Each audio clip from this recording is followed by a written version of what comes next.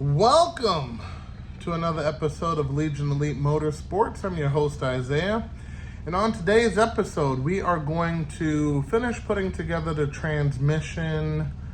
We're also going to put everything together pertaining to the clutch and all that other good stuff and get this motor in the car. So we're going to completely get everything done in this episode. So let's dive in. Let's get to it. Okay, we are back. So the piece we're going to change is this whole centerpiece here. Got the new one here. Gonna pop it on here. This one technically is not that bad. I see a little bit of wear on some of these teeth here. I can't really, let me see. Can't really see it, but it's like a small bit of wear on these teeth here. Let's see. Yep, so you can see a little bit of wear there, which is not too catastrophic, but I don't want to start out with the car that way. So we're gonna go ahead and change this guy to Synchro for number 2, which is infamous for scraping. And then this is the Synchro down here for number 1. So that's 1, and then that's 2. All right, so to get that off, we have to get the C-clip off of here and then use a bearing tool to get around this bearing. Pull that off with a press, which is right over there. Oh, my camera's all... There we go, that's a little better. Now that's a lot better. So, I'm gonna use this here press tool here to get that out. And this should be somewhat fairly quick. The interesting part is definitely gonna be checking the end play on this shaft, and we're gonna have to do the other one too, but yep, so let's get started. So first things first, we're gonna take off the C-clip, and then we're going to get this tool around that bearing, and then we're going to pull it off. We have the new ones here waiting and ready. So yeah, let's get to it. Okay, so we got the ring out using these two tools here. I don't recall where I got this one from, but it works extremely well. I think I got this off of Amazon, but yep, this thing works wonders. Got the C-clip off almost without bending it. Pretty good, not bad. So basically, once you spread it apart, you take this thin flathead and then you walk it around. Take your time, patience, and then you lift up a little bit and it'll pop right off. So, did that, and then next we need to set up the tool here to take off that roller bearing. So let's take a look at the end of this bad boy. And yep, it is ready to come off. Okay, so this is the bearing that was pressed off. You basically take your back end of your bearing tool, press up against this gear gently. It's not on there very tight, so press up against this gear gently and press this piece out. So it's not too hard to do, but let's take some of this apart so we can see it. So hold on a second. Okay, so it's not hard to pull off. I'm going to show you this piece by piece because this is pretty important. But I need this to stand up for a second. Actually, let me see. Okay, let's put this. I'll just hold it. Okay, so this bearing is upside down. This is the way you would see it. And basically you have your collar. Let's put this here. All right, so you have your collar, just like that. Then you have your needle bearings, okay, which are on the bottom side all the way. Let's see. Let's make sure everything is nice and tight. See those needle bearings? They look in great condition. And basically, that makes sure that this gear rolls properly without destroying itself. So that's that part, right? So we'll put this back in. There we go. And place this down, right? So on the selector side of things, right? It doesn't look that bad. But if you feel it on top, it's very sharp. You could see here at the corners, the damage, how sharp it is, which I'm sure is pretty normal for normal wear and tear, but in here would probably be a slightly different story.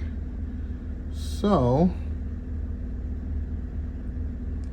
yep, okay, not too bad, but still some cause for concern. It is very sharp compared to the new one. So, yep, that's from normal usage, I'm sure, but we're gonna change this bad boy out. So, this piece, as you can see, slides up and down. So at this point, you can technically slide it off, and we can put our new one on. And we're gonna reverse what we did here with a new bearing, which is right here. So basically, I'm gonna pop this off and put the new one on, see what it looks like, and we'll take it from there. Okay, so once you pop this guy off, right, there's a ring in here that holds these little pieces in there, and you want to take these loose, at least where this pointed section is, in order to slide the gear up properly. But let's put this back in here. On the other side, it's the exact same thing, and this one's not as bad, but it's still a little choppy. So, and very dirty. Old oil got trapped in there. So here, and of course it's very smooth, both sides, and it has the clip already inserted. Okay, well, we hit a major snag. Let me explain. So, if you look here, this diameter on the inner shaft for the new one is way bigger.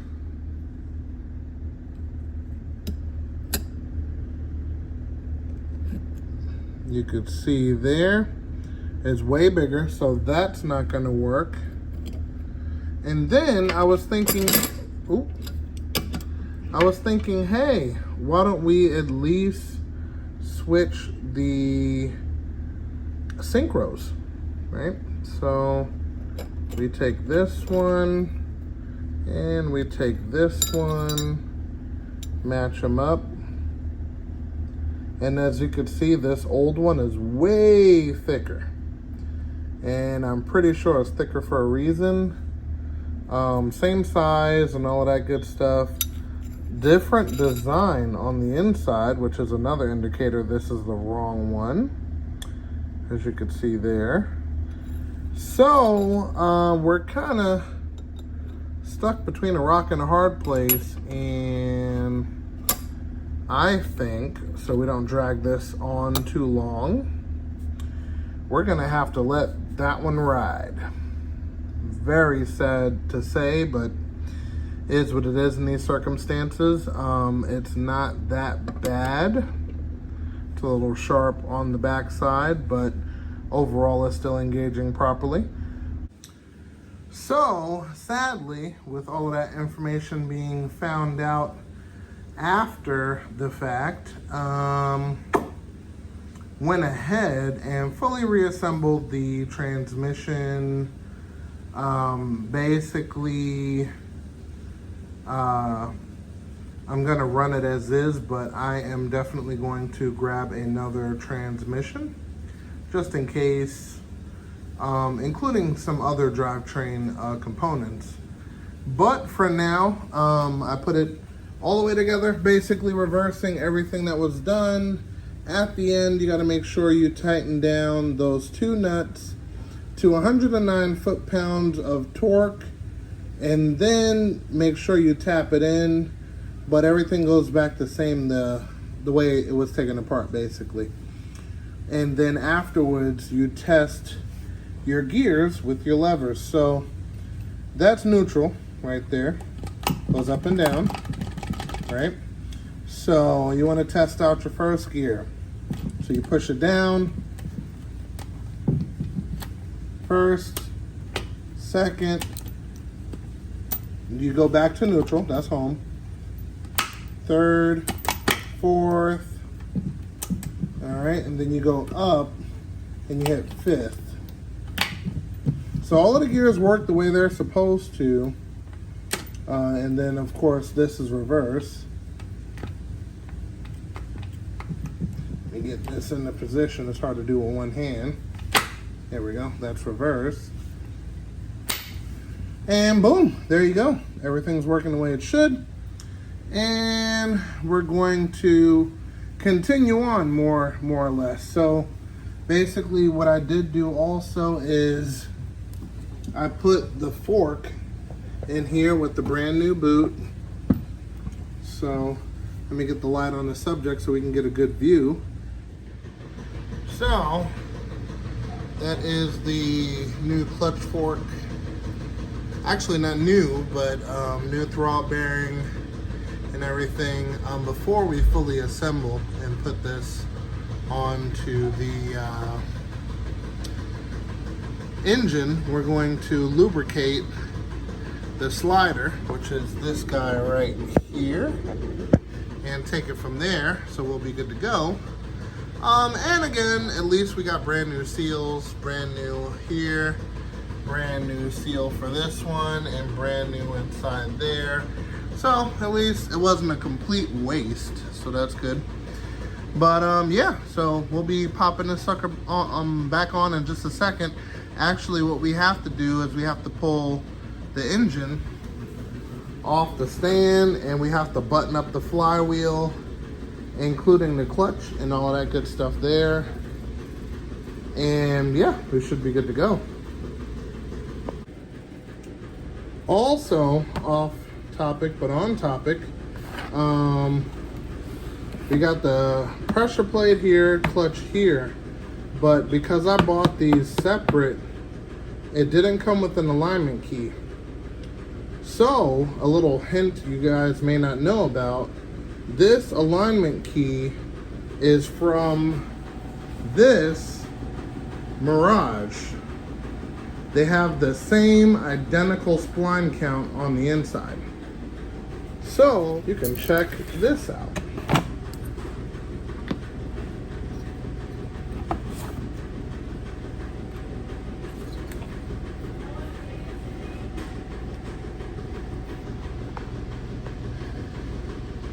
Yep, so there you have it, Mirage. And I already had one of these saved, so that was easy. And that's it. So the math kind of works out kind of weird. Even though they're the same spline count, they're different sizes. So this is 225 millimeter. The Mirage is 210 millimeter. So technically you can upgrade your clutch, but you need the bigger pressure plate. But you can't use the pressure plate if you don't have the proper flywheel. So it's kind of a weird loop. But this engine over here was modified that way. That's here nor there. Getting back to the subject. Just an interesting, weird piece of information. Anyway, so what we're gonna do is we're gonna take the motor off the stand. We're gonna put on the flywheel after we clean it up with some brake parts cleaner. We're gonna put the pressure plate and clutch assembly, of course after we bolt down the flywheel, and kind of take it from there. Okay, so off the stand onto a pallet with wheels more or less. And we are going to take the stand part off, get the flywheel and everything, and get started. Okay, flywheel is on. You want to use a little bit of Loctite on these to make sure they do not back out. So we're going to take our Mirage alignment tool. There we go, huh? Perfect fit. So we're gonna put that clutch on there. And again, like I tell you guys, make sure it's facing the right direction. The flat part faces the flywheel, the tall part faces the pressure plate. All right, let's pop it on. Okay, and that's how she's supposed to fit. This is the tall side, and that is the flat side. Do not get it mixed up. Okay, otherwise you'll cause damage to your transmission, sadly. So, we're gonna pop that there.